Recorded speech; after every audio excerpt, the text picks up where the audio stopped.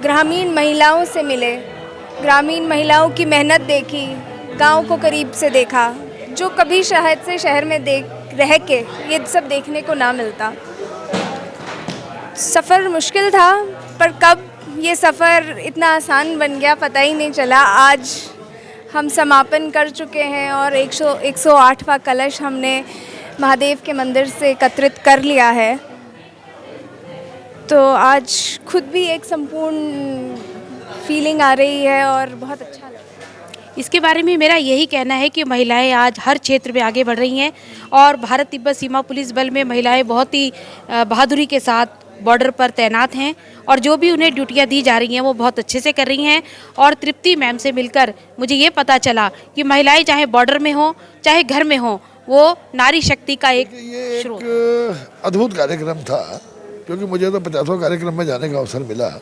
आदरणीय प्रधानमंत्री जी की एक जो संकल्पना है कि देश के हर गांव में की मिट्टी और शहीदों के गांवों की मिट्टी और सैनिकों के गांवों की मिट्टी, उसको लेकर के पूरे देश के सभी जो शहीद रहे, जिन्होंने देश के लिए शहादत दी, वो सभी आंदोलनकारी जिन्होंने देश की आज़ादी में जिन्होंने भाग लिया, वो सभी सैनिक जो दिन रात सीमाओं पर खड़े होकर निस्वार्थ भाव से देश रक्षा में अपनी जान की परवाह किए बिना हम लोगों को खुली सांस में हवा लेने, खुले आसमान में सांस लेने का जो अवसर देते हैं, इन सब लोगों के सम्मान में इनके गांवों की मिट्टी से देश की एकता और अखंडता की मजबूती के लिए, जिसमें एक सबका साथ, सबका विश्वास, एक समृद्ध भारत, एक सशक्त भारत की परिकल्पना जिसके साथ हो, उसको लेकर दिल्ली में अमृत वाटिका का निर्माण करा जाए, जो भारत के कहीं ना कहीं, मैंने आपको कहा कि एकता को ही मजबूत करेगा, देश को ही मजबूत करेगा। लेकिन ये कार्यक्रम उससे अद्भुत इसलिए था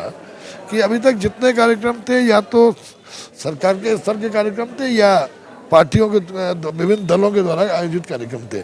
ये पहला आयोजन जो मायादेवी एजुकेशनल फाउंडेशन के प्रबंध निदेशक डॉक्टर तृप्ति सेमवाल का इनिशिएटिव रहा, जिस तरह से उन्होंने इसमें अपने साथ के सहयोग से 108 कलशों को, विभिन्न मंदिरों की मिट्टियों को, विभिन्न गांवों की मिट्टियों को, स्कूलों की मिट्टियों को लाकर ये आयोजन किया। इसलिए ये अद्भुत, और इस तरह के आयोजन मैं समझता हूँ ज़्यादा होते हैं तो देश की एकता और मजबूत होती है, अखंडता और मजबूत होती है। तो जी, जो इस मुहिम की नायिका है डॉक्टर तृप्ति, क्या इतिहास के पन्नों पर उनको जगह मिलने के लिए आप वादा करेंगे? देखिए, ये तो अभी शुरुआत है, अभी तो माइल्स टू गो, अभी तो बहुत लंबा जीवन उसको लगाना है। मैं समझता हूँ निश्चित रूप से जब कोई आदमी इस तरह लगातार निस्वार्थ भाव से काम करता है तो एक दिन लोग उसको रिकॉग्नाइज करते ही करते हैं और वो स्वयं ही इतिहास बन जाता है। 2 अक्टूबर से आज 25 अक्टूबर, सफ़र कैसा रहा? सफ़र बहुत मुश्किल था, पर इतना कुछ सीखने को मिला, इतने सारे लोगों से मिलने को मिला और बहुत कुछ सीखा। बच्चों से मिले, ग्रामीण महिलाओं से मिले, ग्रामीण महिलाओं की मेहनत देखी, गांव को करीब से देखा, जो कभी शायद से शहर में रह के ये सब देखने को ना मिलता। सफ़र मुश्किल था, पर कब ये सफ़र इतना आसान बन गया पता ही नहीं चला। आज हम समापन कर चुके हैं और 108वां कलश हमने महादेव के मंदिर से एकत्रित कर लिया है। तो आज खुद भी एक संपूर्ण फीलिंग आ रही है और बहुत अच्छा लग रहा है। से भी मिली, बुजुर्ग महिलाएं भी मिली होंगी, किसी ने आशीर्वाद दिया? सब ने आशीर्वाद दिया और ढेरों प्यार दिया, अपनी तकलीफ़ें शेयर करी।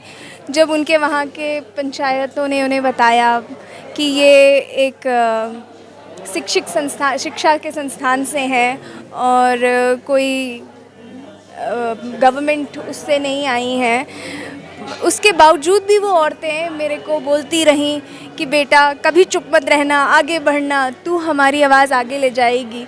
तो बहुत बहुत सारी महिलाओं का आशीर्वाद, विश्वास और प्यार मिला, बहुत बहुत बहुत प्यार मिला। जो उनको वादा किया पूरा करोगे? वादा तो मैंने कुछ किया नहीं, पर वो बातें मेरे दिमाग में छप चुकी हैं।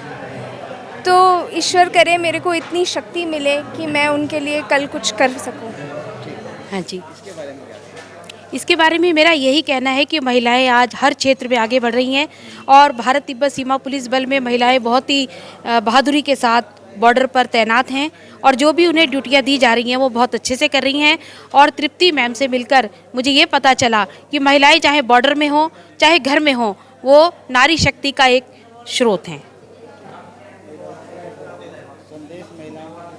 महिलाओं के लिए यही संदेश है कि कभी हिम्मत नहीं हारनी है, क्योंकि नारी शक्ति ही वो शक्ति है जो देश को आगे बढ़ाने में और देश को एक नया आयाम देने में सबसे अव्वल रही हैं। और शुरू से ही, आज से नहीं, प्राचीन काल से ही महिलाओं का हमेशा से नाम लिया जाता है बहादुरी के लिए। उसमें कई महिलाएं ऐसी हैं जिन्होंने जौहर भी किए और शत्रुओं से टक्कर भी ली, और आज भी महिला हर क्षेत्र में आगे बढ़ रही है। यही मेरा संदेश है कि बहादुरी से आगे बढ़ें और पीछे मुड़ के ना देखें।